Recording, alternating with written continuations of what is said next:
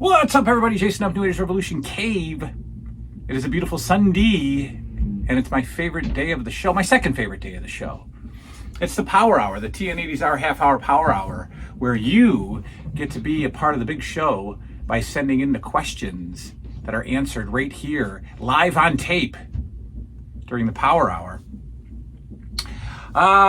What do we got to talk about before the Power Hour? I don't know. Stuff. I love Sundays. We've got the bowling league in the morning, Liam and I. We are dominating the bowling league. We are the defending champs of the bowling league. So much so that I even changed our team name to Defending Champs, just to stick it a little bit more to the other teams of fathers and their 9-year-old daughters. But it's okay. It's competition. Everybody's competing. Love Sundays. The tree is down finally, and I know that many people go into that depression after Christmas mode. I do on Christmas night and the day after, and maybe the day after. Then I'm good. Then I want the decorations down. I want the tree put away. I want my house back to normal. I want my stuff back up, and I'm good. So the tree is gone. We're actually putting aside stuff for a garage sale that I'm going to look forward to. There's a lot of stuff on eBay from me lately. I've been putting up a lot of stuff. I'm selling some Gremlins NECA figures cheap. There's some Twilight Funko Pops that are actually vaulted and sell for a bit. They're not selling well right now with less than a day left. Hopefully, some of these singularly, I got 4 of them in a lot, and by themselves, like the Bella and the wedding dress is like a $50 pop. And I've got 4 of them up there right now, and it's only at $12.50. Eek. But I like auctions. It's how eBay should be. What else is going on? What else is up on there? Got an FTR AEW shirt up there. I don't know. I'm just going through stuff and putting it up on eBay. Why not? What else? I think that's it before we get into the Power Hour. The subscribers are growing on the channel at a faster pace than ever. So, of course, hello to all the new subscribers. If you're a new subscriber, leave a comment. Say something so we can get to know you. Power Hour, what do? You send questions. You send any kind of questions you want. You want to send some softball questions? What's your favorite toy? I'll hit that one out of the park. You want to send some hardball questions about life and stuff and things and mental health and fatherhood and all that stuff? Send them.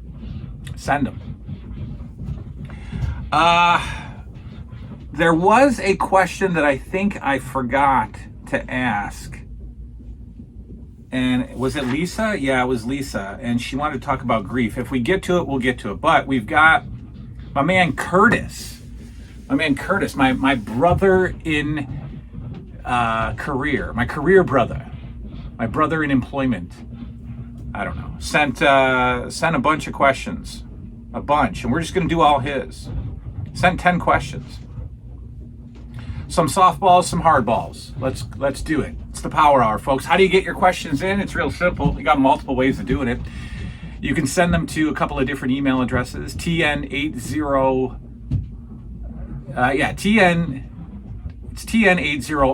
right? TN80'sR questions with an S at gmail.com. TN80'sR questions at gmail.com. There'll be links below if I remember. JasonNup76 at gmail.com. I'm on the Facebook. If you want to send me a messenger on the Facebook, you can do that. That's fine. Yes, that's noise upstairs. They're not playing Fortnite. They're just walking. They just walk heavy. Why do children walk heavy? I don't know. Let's do Curtis's questions. He says, what children's book series were your favorites growing up? So I guess the deal with me is I've never been much of a reader. I honestly can't stand reading. I have tried it a few times. I have bought all kinds of genre of book, horror books, wrestling books. I hate reading. I really hate reading. And my children, Liam loves to read. Finley, he hasn't got into it yet, but Liam's a reader. Their mother's a reader.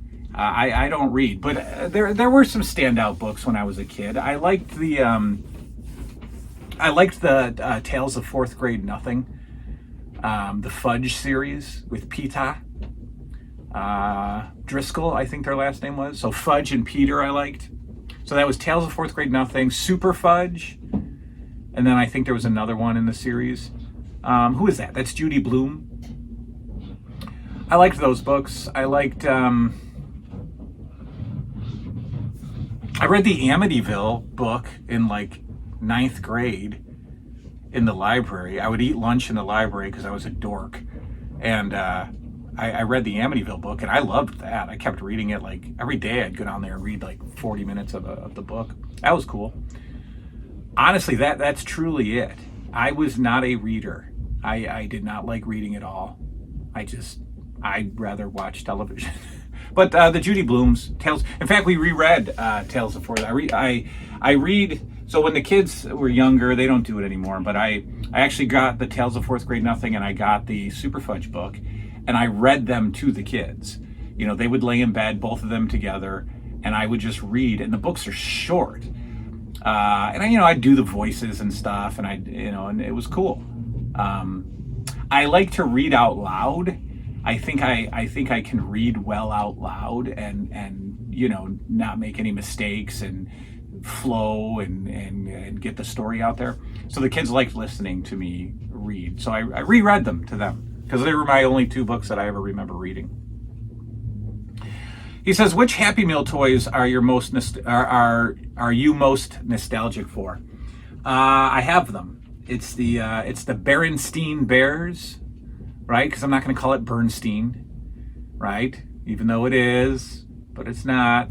Berenstein Bears and the Muppet Babies. So the Bears we got in '87.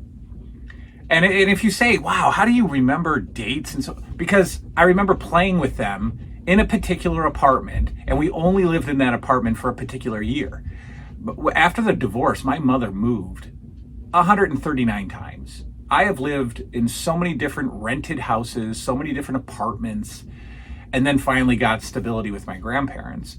But we got them in '87, and they came with the house, the tree house Happy Meal box, and we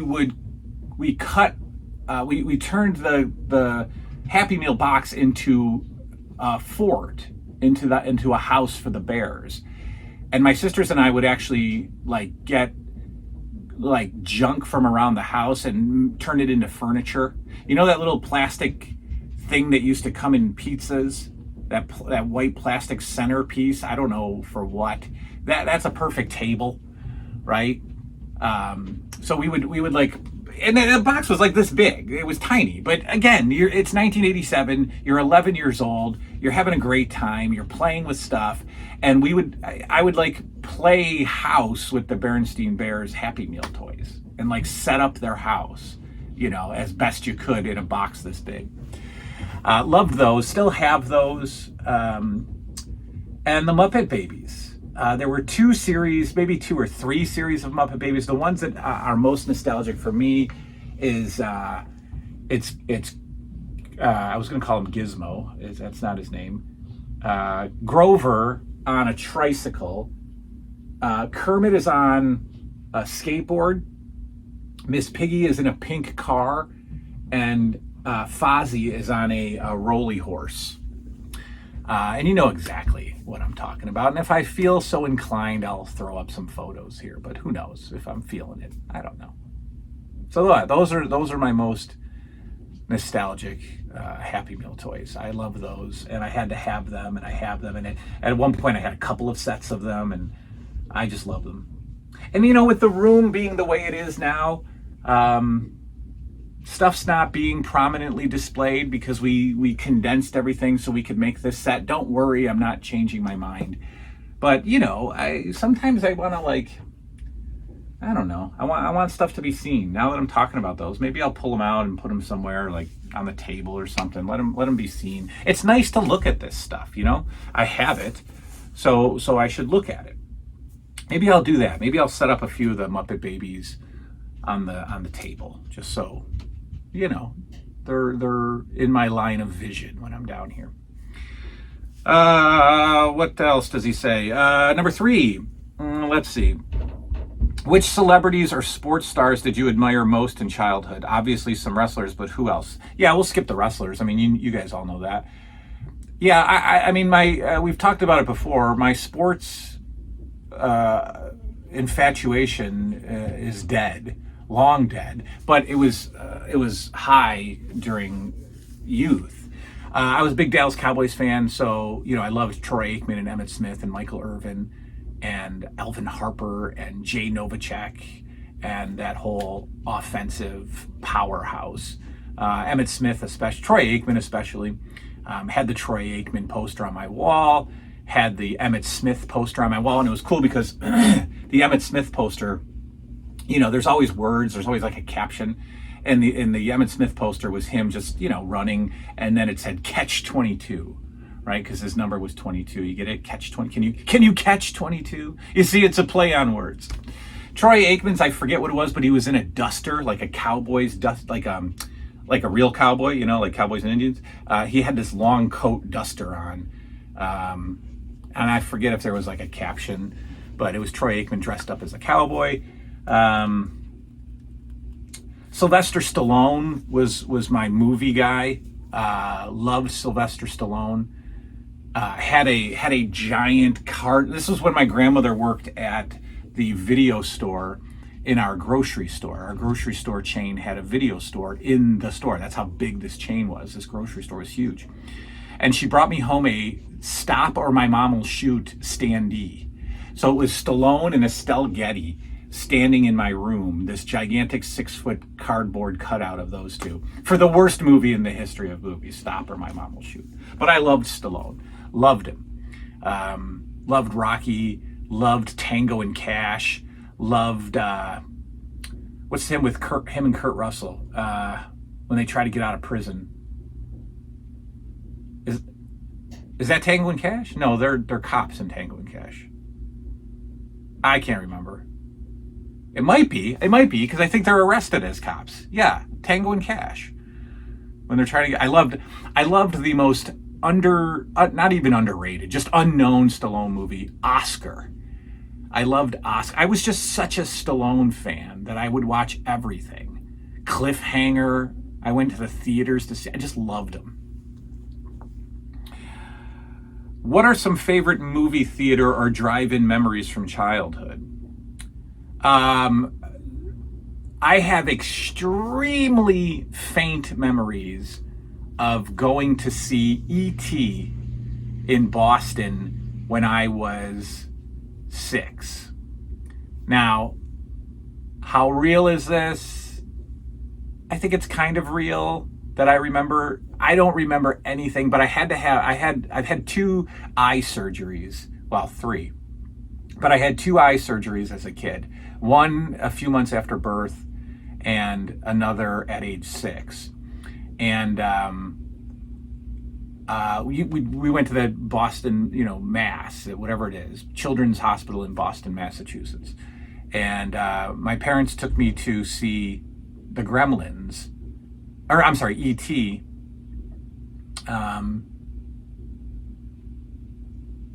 In 82. Is that even possible? When did the Gremlins, or why do I keep saying the Gremlins? When did E.T. come out?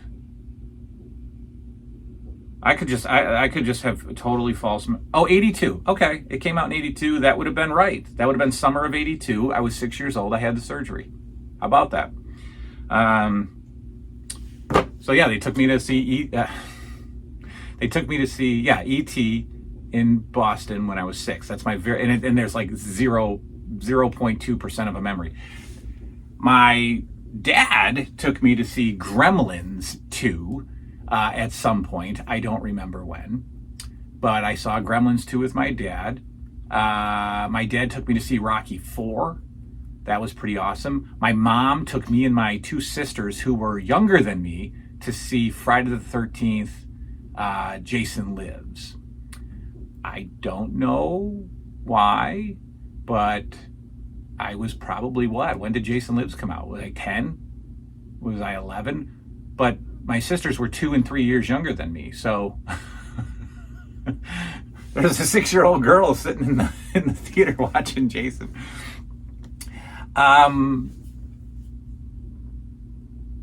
That's about it. Those are my movie memories.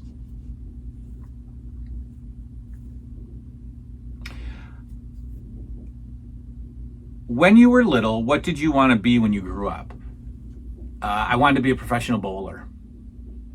Probably until I was way later in life than I should have been to realize that I wasn't going to be a professional bowler.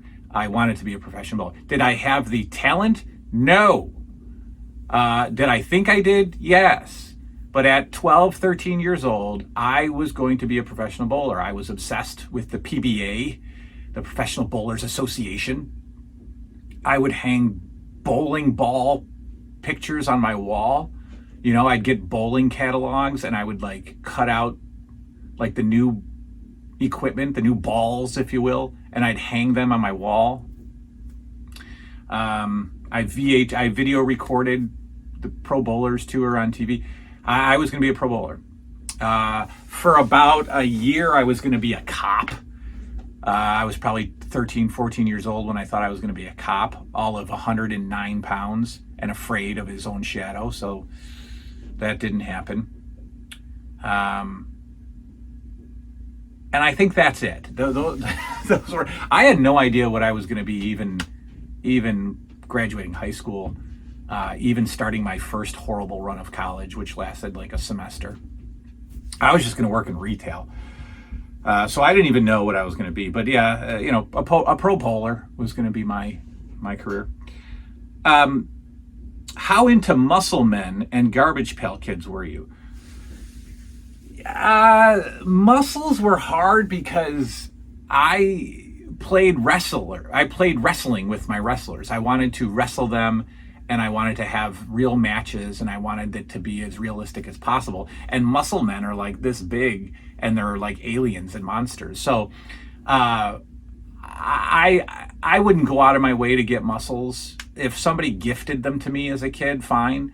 But I didn't care about them because they weren't able to do what I needed them to do.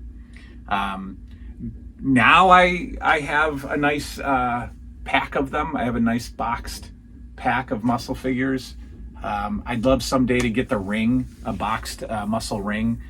Though that's not a holy grail. I mean, it's probably obtainable for $100 or so, but the muscle ring. But I didn't love them as a kid. I mean, it was wrestling, so I was interested to a degree, but I wouldn't go out of my way to get them. I wouldn't ask for them for gifts or anything.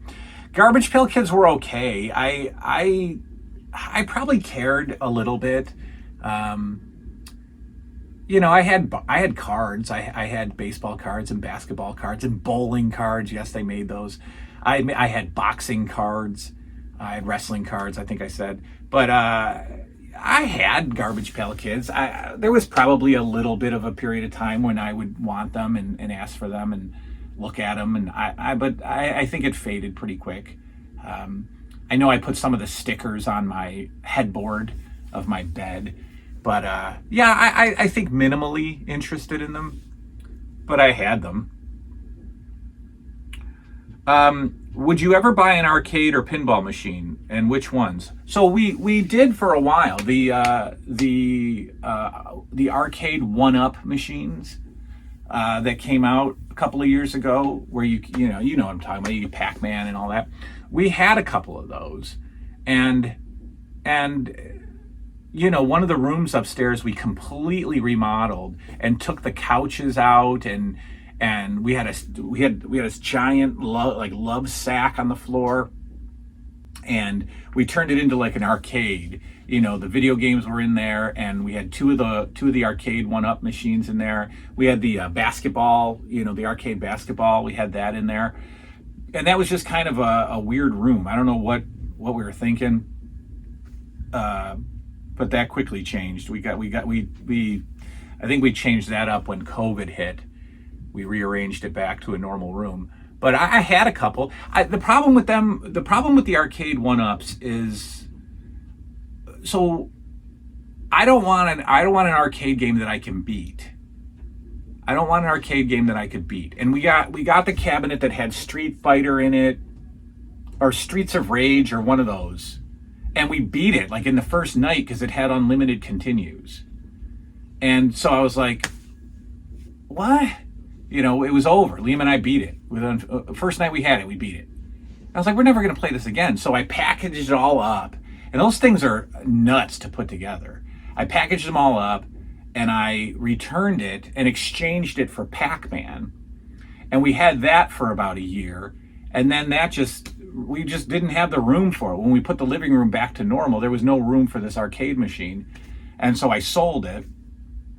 But I would only get ones that you couldn't beat. I wouldn't just buy them for nostalgia, like Double Dragon or Mat Mania, because I think eventually you beat it and then you don't want to play it anymore. I would only get ones that you can't beat and you just have high score competitions, like Pac-Man, you know, Asteroids, that kind of thing. But if I were to ever get another one, I'd get a Pac-Man machine, because I think that's just endless fun with Pac-Man. Just, you know, I loved it when we had it. I loved playing it. Back when I was drinking a little bit, I would, I'd have a few cocktails and get a little buzz going and just stand there and play Pac-Man by myself in my family room, just rocking out on an arcade machine. It was fun. All right, my man Curtis says, what did you think of the religious stuff at your elementary school? Ooh, the last three are hard hitting. What did I think of the religious stuff at my elementary school? At the time, I was fine with it. It's all I knew. I started going to Catholic school in first grade. So basically what they did was you would go, I think one Wednesday a month, you'd go to church. And the church was attached to the school. So you'd go to, you'd have like a 40-minute mass. It wasn't an hour. It was a little abbreviated mass for kids. I did my communion, and I didn't do any other sacraments. The school, I don't remember it being like super religious instruction at all.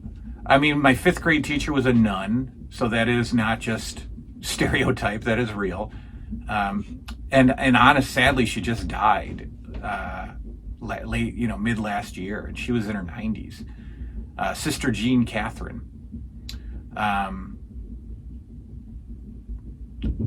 didn't have any problem with it at all. I didn't know any better. It was very comforting.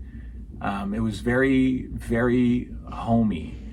And when the kids were born and we were thinking about sending them to school, we were looking at sending them to my school, to St. Pius. But we didn't, and they're homeschooled. If my kids were ever to go to school, I would want them to get a private education, probably from a Christian school or a Catholic school. Is that because I'm a devout anything? No, but I think the education's better. I think the surroundings are better. I think the morals of the teachings are better. I would have to assume that the morals and the behavior of the children are better. I could be wrong, but I loved it. I loved it. The last two are going to make me think. Where do you see yourself in 5 years? So 5 years is 2029. Liam will be 16. Finley will be 12. I see myself probably right here on the Power Hour. 5 years, the kids are still young. We probably would have had a few more trips to Orlando by then. Hopefully I am mentally, dealing with this physical illness of mine. Hopefully the physical illness doesn't morph into something more serious. Hopefully I'm able to have, 5 years of being fine with it and working with it and getting my, my happiness back. Curbing the anxiety when it comes to the throat and things like that. My career won't change. I've reached the top of the ladder in my career, my own personal ladder. I don't know if it's the top of the ladder in my career for others, but I'm self-employed. I have my own office. I work for myself. That's not going to change unless something drastic changes it, but I don't see that happening. I'd like to be as healthy as possible in 5 years, enjoying the next stage of my children, enjoying 16-year-old Liam and 12-year-old Finley. You know, what are our lives going to be like then? What kind of relationship do we have? What kind of friendships do we have, the three of us? So that'll be cool. 10, and then his final question is, where do I see myself 10 years from now? And that is a good one. That's a good one, to be honest with you. I'll erase those. Look, 10 years from now, I will be just turning, well, I'll be a few months away from 58 years old, folks. I am 47. I'll be 48 in May. I will be 57, turning 58 in May, 10 years from now. Liam will be 21 and Finley will be 17. Very close to 18. Finley's birthday's in February.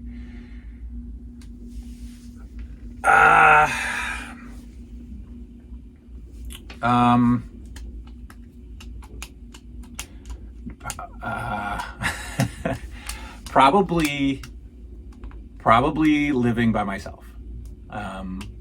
Probably either living here by myself or with, well, obviously Finley's going to be only 17, but and Liam probably won't move out anytime soon, even if he's 21.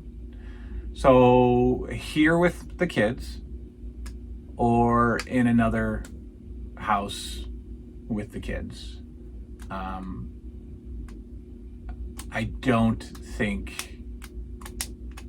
I think I will likely be, you know, not attached in 10 years. But the house will be paid off. So, and houses nowadays are going for ridiculous amounts of money. So there's no reason for me not to think that in 10 years, my house won't sell for $300,000 or $350,000. So if the house gets sold, then I start my life with 150 grand at 58. That can't buy a house that I would want at the ridiculous housing prices, but I don't know. I don't know if I'd go into an apartment. It'd have to be really nice. I mean, I don't know, but likely a very different definition of me in 10 years. I will likely be, you know, solo in 10 years with my boys, of course. Still the same career. I don't plan on retiring anytime soon. I do not have a massive retirement fund. And when you're self-employed, you're like, oh yeah, I'll contribute to retirement. And then you don't. So, you know, my house is kind of my retirement right now. And my career can extend. I mean, I just sit in an office and talk to people.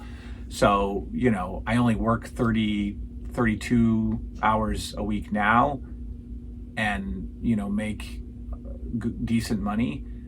I could imagine working 15, 16 hours a week and still making, you know, 55,000 a year, you know, 60,000 a year. So, that I could, if it was just me. So anyway, that's where I think maybe in 10 years, same career and embracing aging, truly embracing aging. I don't want to age unhealthily, but I don't care about getting older and doing less. I look forward to doing less. I do. I look forward to, you know, I'll never say that I look forward to the children being older. I don't. That'll be the biggest struggle of my existence, the history of my existence, my children getting older. But I do look, that once I'm over it, once I'm not sad anymore, I think it'll be lovely to just be by myself, sitting on the couch, watching some wrestling so I can do a wrestling with the past with you guys, trying to beat Mario 3 still, just answering to me only, taking care of me only. So that's that, folks. That's the Power Hour, and that is my man Curtis's questions. Now, there are still questions from the Rad Zone, and Lisa has a very serious question about how I deal with grief from loss, and that's big, and that'll be the next Power Hour, because I'm gonna hit that one hard. That's heavy. But get them in. Get them in. Get the questions in. My man Jason also sent in a question about where I see the future of society going in the near or distant future. But send the questions. Send them in. We need more. We need more questions. Send them in. Like this. This is what this means. Send them in. All right. That is all, folks. Thanks for watching. Good night now.